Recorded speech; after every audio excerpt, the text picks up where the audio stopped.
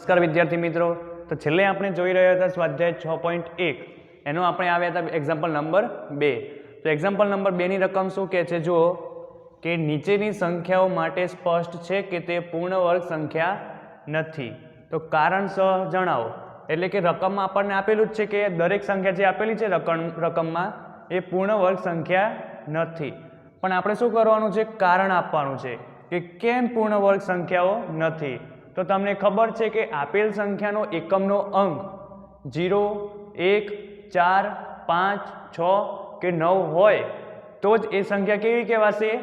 પૂર્ણ વર્ગ સંખ્યા થઈ શકશે. શું કહેવાશે? પૂર્ણ વર્ગ સંખ્યા હોઈ શકે. જે આપેલ સંખ્યાનો એકમનો અંક 0, 1, 4, 5, 6 કે 9 હોય તો તે સંખ્યા પૂર્ણ વર્ગ સંખ્યા હોઈ શકે. તો અહીંયા તમે જુઓ 1057 નો એકમનો અંક શું છે? 7 છે. તો અહીંયા લખો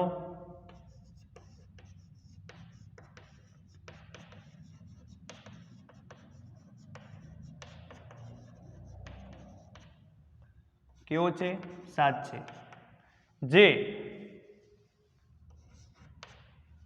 જે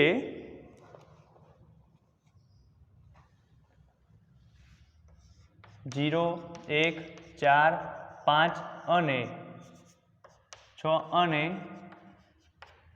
9 માનો નથી. એટલે કે આની સિવાયનો એકમનો અંક છે, બરાબર છે. તેથી શું કહેવાશે?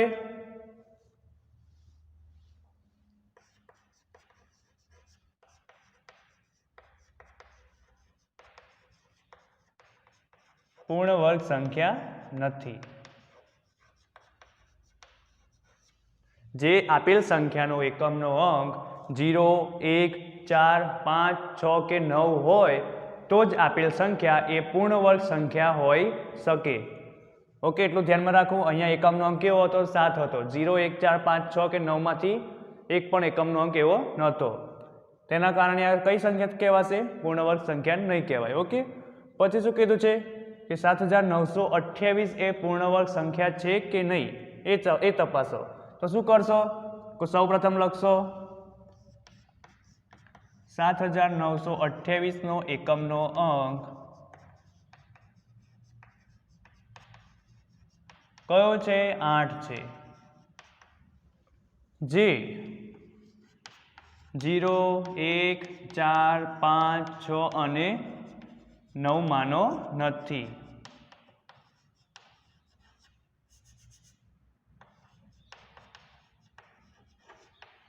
તો શું કહેવાશે કે 7928 એ પૂર્ણ વર્ગ સંખ્યા નથી. તેથી 7928 એ પૂર્ણ વર્ગ સંખ્યા નથી. છે એકદમ સિમ્પલ. ખાલી આપણે જોવાનું છે કે 0, 1, 4, 5, 6 અને 9 આપેલ સંખ્યાનો એકમનો અંક છે આમાંથી કોઈ બી, એ તપાસવાનું છે. જો અહીંયા નથી તો શું કહેવાશે? પૂર્ણ વર્ગ સંખ્યા પણ નથી. અહીંયા એ રીતે તમે જુઓ 64000 આપણને આપેલા છે. તો અહીંયા શું કરશું આપણે? તો તમને ખબર છે કે આપણે કોઈ બી સંખ્યાનો વર્ગ કરીએ તો એના શૂન્ય કેવા હોવા જોઈએ? બેકી સંખ્યામાં હોવા જોઈએ. તો અહીંયા તમને ખબર ના હોય તો એ ખાસ ધ્યાનમાં રાખજો. શૂન્ય કેવા હોવા જોઈએ? બેકી સંખ્યામાં જ હોવા જોઈએ. પણ અહીંયા તમે જુઓ શૂન્ય કેવા છે? એકી સંખ્યામાં. 1, 2 અને 3. 3 એ કેવી સંખ્યા થશે? એકી સંખ્યા થશે. તો આ શૂન્ય કેવા કહેવાશે? એકી છે. એટલે શું કહેવાશે? કે આ સંખ્યા એ પૂર્ણ વર્ગ સંખ્યા નથી. તો અહીંયા લખો, જુઓ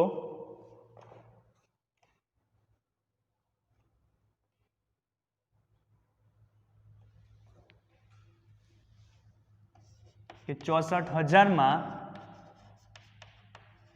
શૂન્યની સંખ્યા એકી છે. કેવી છે? એકી. 1, 2 અને 3. 3 કેવી સંખ્યા છે? એકી છે. અને હંમેશા યાદ રાખવું કે પૂર્ણ વર્ગ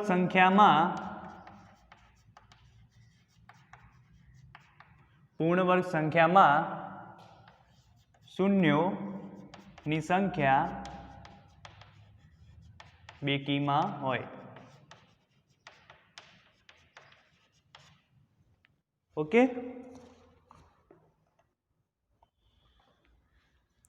જો અહીંયા 64,000 શું કરશું આપણે કે તપાસવાનું કે આ આપેલ સંખ્યા પૂર્ણ વર્ગ સંખ્યા છે કે નહીં. તો કઈ રીતે તપાસીશું? તો સૌપ્રથમ આપણે ચેક કરવાનું કે શૂન્યોની સંખ્યા એકી છે કે બેકી.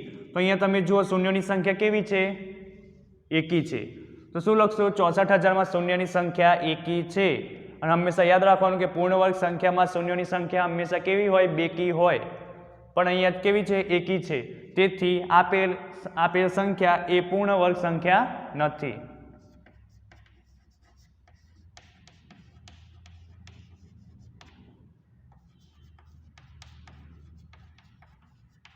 આપણને રકમમાં આપેલું જ છે કે નીચે આપેલી સંખ્યાઓ પૂર્ણ વર્ગ સંખ્યા નથી. ખાલી આપણે કારણ જણાવવાનું છે કે કેમ પૂર્ણ વર્ગ સંખ્યા નથી. તેવી રીતે તમે જુઓ 2,22,000 માટે જુઓ તો 2,22,000માં પણ સેમ એ રીતે છે. જુઓ શૂન્યોની સંખ્યા તમે જુઓ તો શૂન્યોની સંખ્યા કેવી છે? એકી છે. તો શું લખાશે?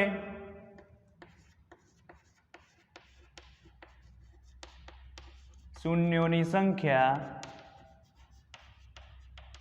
કેવી છે? એકી છે. પૂર્ણ વર્ગ સંખ્યામાં શૂન્યની સંખ્યા હંમેશા બેકી હોય, પણ અહીંયા કેવી છે? એકી છે. તેથી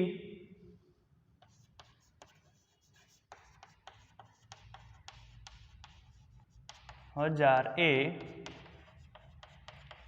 પૂર્ણ વર્ગ સંખ્યા નથી. ચલો તેવી જ રીતે બીજું એક એક્ઝામ્પલ છે, આ રહ્યું. તો આમાં નક્કી કરવાનું છે.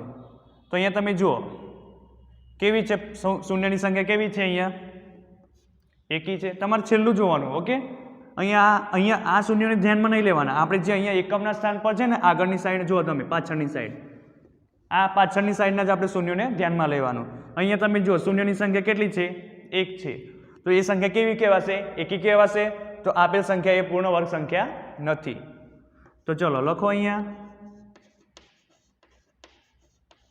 માં શૂન્યોની સંખ્યા એકી છે, તેથી એ પૂર્ણ વર્ગ સંખ્યા નથી.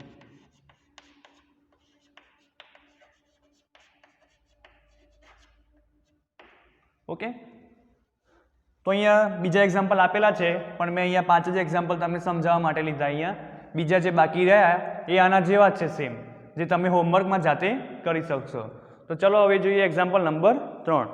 તો એક્ઝામ્પલ નંબર 3 શું કહેવા માંગે છે કે કઈ સંખ્યાનો વર્ગ કરવાથી, શું કીધું છે કે નીચે આપેલી સંખ્યાઓમાંથી કઈ સંખ્યાઓનો વર્ગ કરવાથી મળતી સંખ્યા એકી હશે.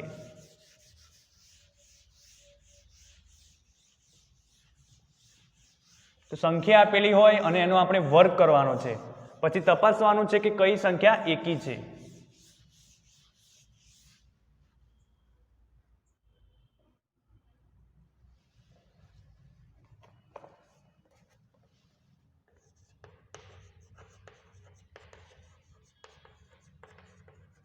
નીચે આપેલી સંખ્યાઓમાંથી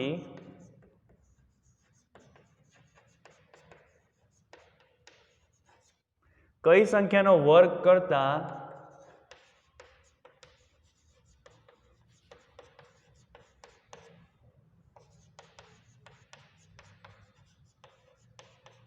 મળતી સંખ્યા એકી સંખ્યા હશે.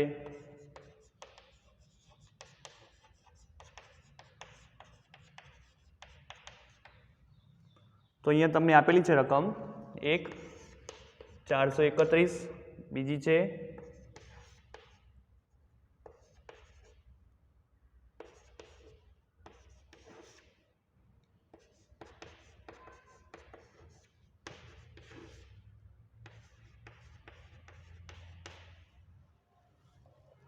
તો અહીં શું કીધું છે કે નીચેનામાંથી કઈ સંખ્યાનો વર્ગ કરતા મળતી સંખ્યા એકી હશે. તો જોઈએ આપણે.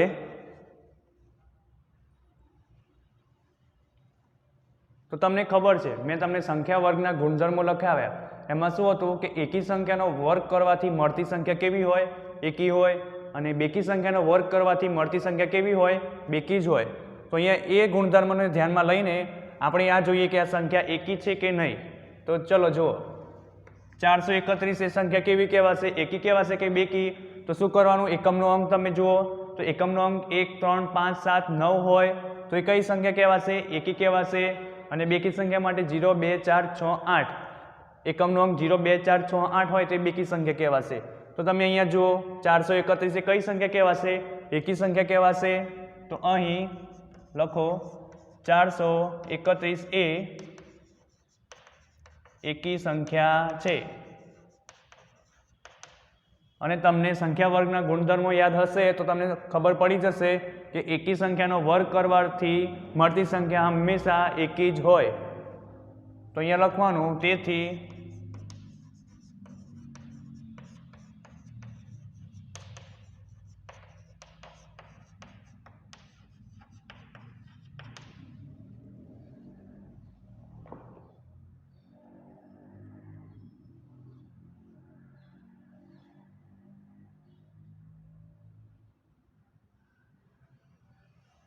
તો ચલો બીજો એક્ઝામ્પલ જોઈએ કે 2826 માટે. તો શું કરવાનું? સૌપ્રથમ એકમનો અંક તમે જુઓ, એના ઉપરથી તમારે નક્કી કરવાનું કે આ સંખ્યા કઈ છે, એકી છે કે બેકી. તો તમે અહીંયા જુઓ 2 4 6 8 0 હોય તો સંખ્યા કેવી હોય? બેકી હોય. તો અહીંયા તમે જુઓ 6 છે તો સંખ્યા કેવી છે? આ 2826 એ બેકી સંખ્યા છે. તો અહીંયા શું લખાશે? અહીં 2826 એ બેકી સંખ્યા છે. તેથી કઈ સંખ્યાનો વર્ગ કરવાનો છે? એટલે કે 2826 નો વર્ગ કરશો તમે. વર્ગ એ બેકી સંખ્યા છે. કારણ કે એકી સંખ્યાનો વર્ગ કરવાથી મળતી સંખ્યા એકી જ હોય અને બેકી સંખ્યાનો વર્ગ કરવાથી મળતી સંખ્યા કેવી હોય? બેકી હોય. તેવી રીતે ત્રીજા એક્ઝામ્પલ માટે જુઓ તો એકી સંખ્યા છે કે બેકી સંખ્યા છે? આ 7779. તો 1 3 5 7 9 તો કઈ સંખ્યા કહેવાશે? એકી સંખ્યા માટે 1 3 5 7 9 હોવો જોઈએ એકમનો અંક. તો અહીંયા 7779 એ કેવો છે? એકી સંખ્યા છે.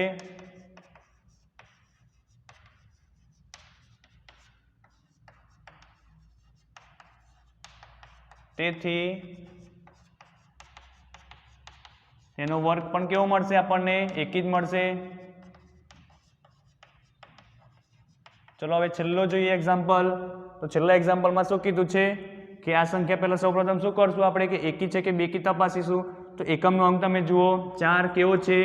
બેકી છે. તો અહીંયા લખીશું કે અહીં કેવી સંખ્યા છે? આ બેકી સંખ્યા છે. તેથી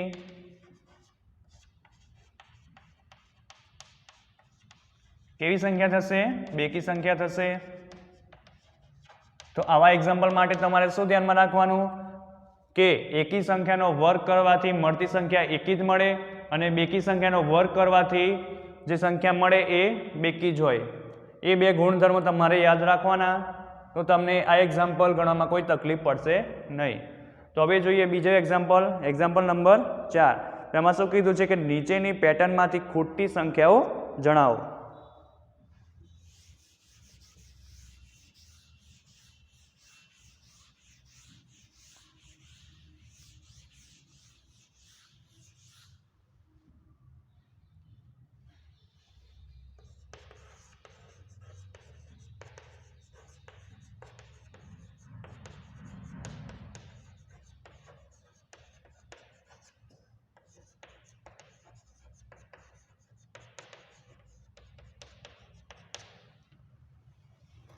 કેવી સંખ્યા કીધી છે કે ખૂટતી સંખ્યાઓ. તમે જુઓ રકમ, તો રકમમાં શું આપેલું છે કે 11 આપેલો છે. 11 નો સ્ક્વેર તો 121.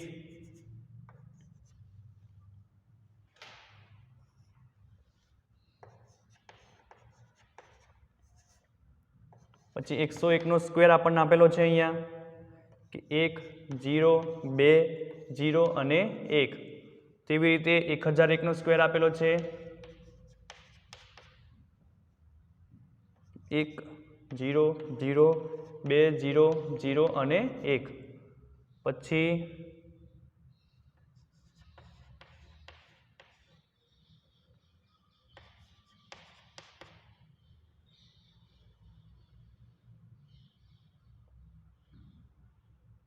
તો અહીં આપણે ખૂટતી આવૃત્તિ અહીંયા શોધવાની છે 1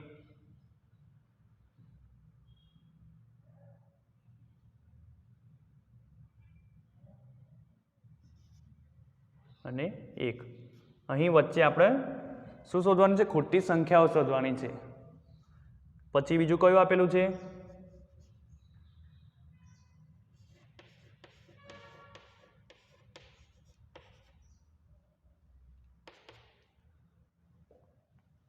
તો અહીં આપણે ખૂટતી સંખ્યાઓ શોધવાની છે. તો ચલો જોઈએ ખૂટતી સંખ્યાઓ.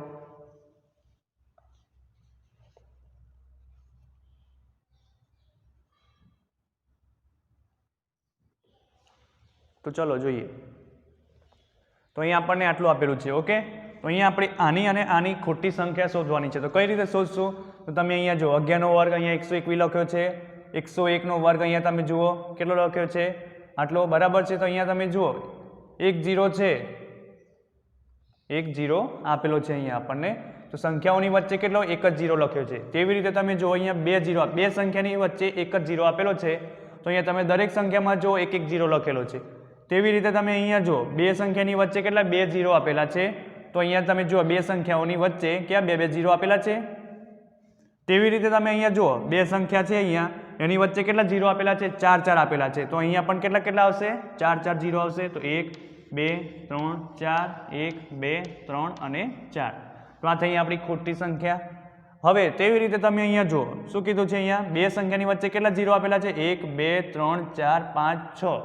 તો શું થશે? તો સૌપ્રથમ તમારે 2 1 તો લખી જ દેવાના અહીંયા.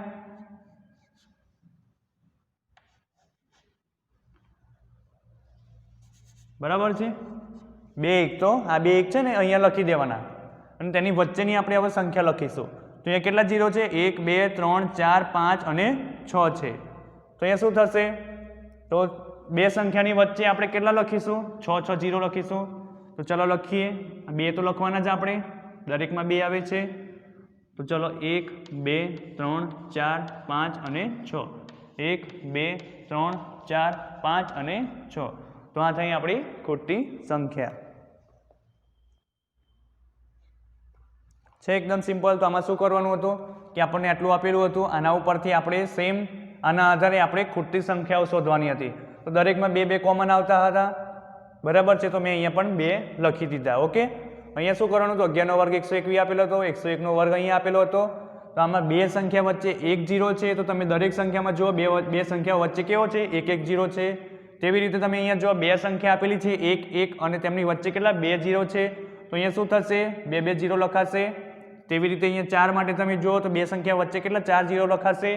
તેવી રીતે અહીંયા 6 આપેલા છે. તો 6 માટે શું કરશું? સૌપ્રથમ અહીંયા તમને વચ્ચે આ તમારી આખી સંખ્યા શોધવાની હતી. તો તમે શું કરશો? અહીંયા જે છેડા ઉપર બંને 1 1 આપેલા છે એ તમે અહીંયા લખી દેશો. પછી શું કરશો? વચ્ચે 2 લખી દેશો. પછી શું કરવાનું કે બે સંખ્યાઓ વચ્ચે કેટલા 0 છે? 6 છે. તો શું કરશો? અહીંયા બે સંખ્યા વચ્ચે 6 0 મૂકશું અને અહીંયા 6 0 મૂકશું. ચલો તેવી રીતે બીજું એક એક્ઝામ્પલ છે એ જોઈએ. એ પણ ખોટી સંખ્યાઓ જણાવવાની છે.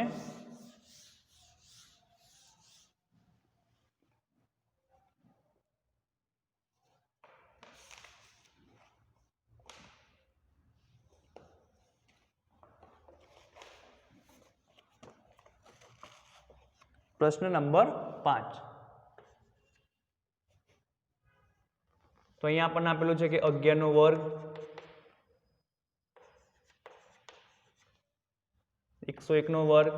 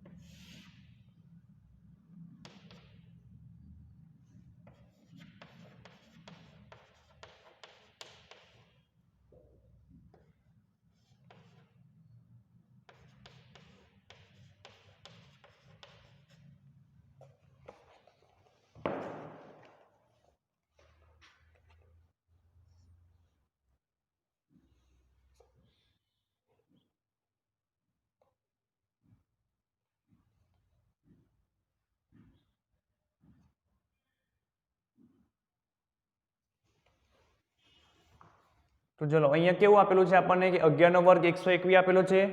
તમે અહીંયા જો 101 નો વર્ગ કેવો આપેલો છે, અહીંયા તમારે સંખ્યા ગણવાની 1 ને 1 કેટલા થાય છે 2, તો વચ્ચે 2 આયા. તેવી રીતે 1 2 3 છે તો 3 વચ્ચે લખ્યા છે. તેવી રીતે 1 2 3 અને 4 છે તો કેટલા લખાશે અહીંયા વચ્ચે, તો 4 લખાશે. તેવી રીતે અહીંયા જુઓ તમે 5 માટે છે તો 1 કેટલી વાર આવશે, અહીંયા 5 વખત 1 આવશે. બરાબર છે. આ તમારે જાતે મગજ દોડાવવાનું હોય આમાં, તો તમને આ ઉકેલો તમને મેળવતા આવશે. તો અહીંયા જુઓ તમે 1 2 3 અને 4 છે તો મેં અહીંયા 4 લખી દીધા. અને આપણને અહીંયા આપેલું હતું 1 કેટલી વાર છે 2 છે તો અહીંયા 1 વખત લખ્યા. અહીંયા 1 કેટલી વાર છે 2 વખત છે તો અહીંયા 2 લખ્યા. અહીંયા 1 કેટલી વાર છે 3 વખત છે તો અહીંયા 3 લખ્યા. તો હવે શું કરશું આપણે, તો 1 થી લખીશું. હવે તો પહેલા 1 તો લખી જ દઈશું અહીંયા, કારણ કે અહીંયા 1 અંતિમ છેડો 1 અને અહીંયા સ્ટાર્ટિંગનો છેડો કેટલો છે 1 1 જ છે બંનેમાં, તો એ લખીશું 1 અને 1. અહીંયા તો આપણને આપેલું જ છે 1 અને 1. હવે શું કરશું આપણે કે કયા સંખ્યા કઈ રહે છે 1 થી 4 સુધી લખવાની છે. તો તમે અહીંયા જો 1 0 1 પછી 0 પછી 2, એવી રીતે 1 પછી 0 પછી 2 પછી 0 પછી 3, એવી રીતે અહીંયા શું થશે 1 પછી 0 પછી 2 પછી 0 પછી 3 પછી 0, પછી શું થયું 4 મળ્યા. પછી અહીંયા તમે જુઓ પછી 2 પછી 1 આવે છે. હવે 1 2 પછી 1 આવે છે. તેવી રીતે 3 પછી અહીંયા જો 2 આવે છે પછી 1 આવે છે, એટલે કે ઊંધી સંખ્યામાં જવાનું આપણે. 3 પછી 2 પછી 1, તો અહીંયા શું થશે 4 પછી 3, 3 પછી 2, 2 પછી 1 થઈ ગયો ખૂટતી આવૃત્તિ. હવે આના આપણે આ ખૂટતી આવૃત્તિ નહીં, ખૂટતી સંખ્યા આપણે હવે અહીંયા ખૂટતી સંખ્યા શોધવાની છે આપણે. તો ખૂટતી સંખ્યા કઈ રીતે શોધશું, અહીંયા આપણે અત્યાર સુધી તો આપણે અહીંયા સંખ્યા શોધી ખૂટતી સંખ્યા.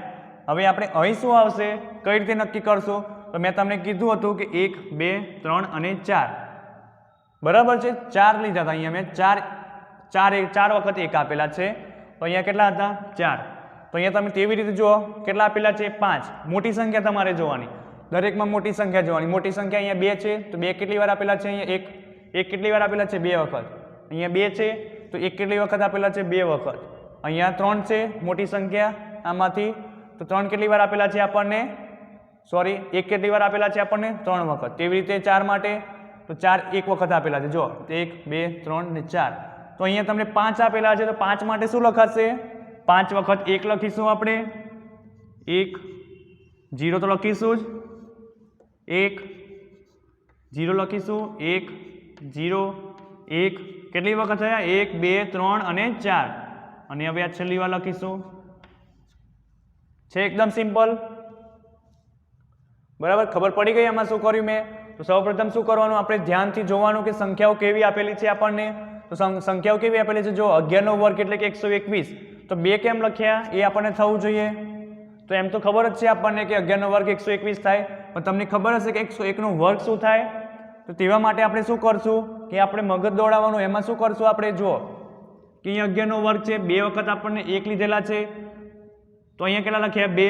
અહીંયા 2 વખત 1 લીધેલા છે તો અહીંયા 2 લખ્યા. અહીંયા 3 વખત 1 લીધા છે તો અહીંયા વચ્ચે 3 લખ્યા. તો એવી રીતે અહીંયા 1 2 3 અને 4 વખત લીધા છે 1, તો અહીંયા લખ્યા 4. અને આપણને આ સંખ્યા એકલી આપેલી હતી તો આ સંખ્યા શોધવાની હતી. તો આપણે શું કરશું, અહીંયા જોઈશું કે સૌથી મોટી સંખ્યા કઈ છે 5. તો શું કરશું, 1 આપણે 5 વખત લખીશું, જેમ આ રીતે લખ્યા એ રીતે. છે એકદમ સિમ્પલ. તો અત્યારે આપણે અહીં સુધી રાખીએ છીએ. હવે આપણે નેક્સ્ટ લેક્ચરમાં મળશું.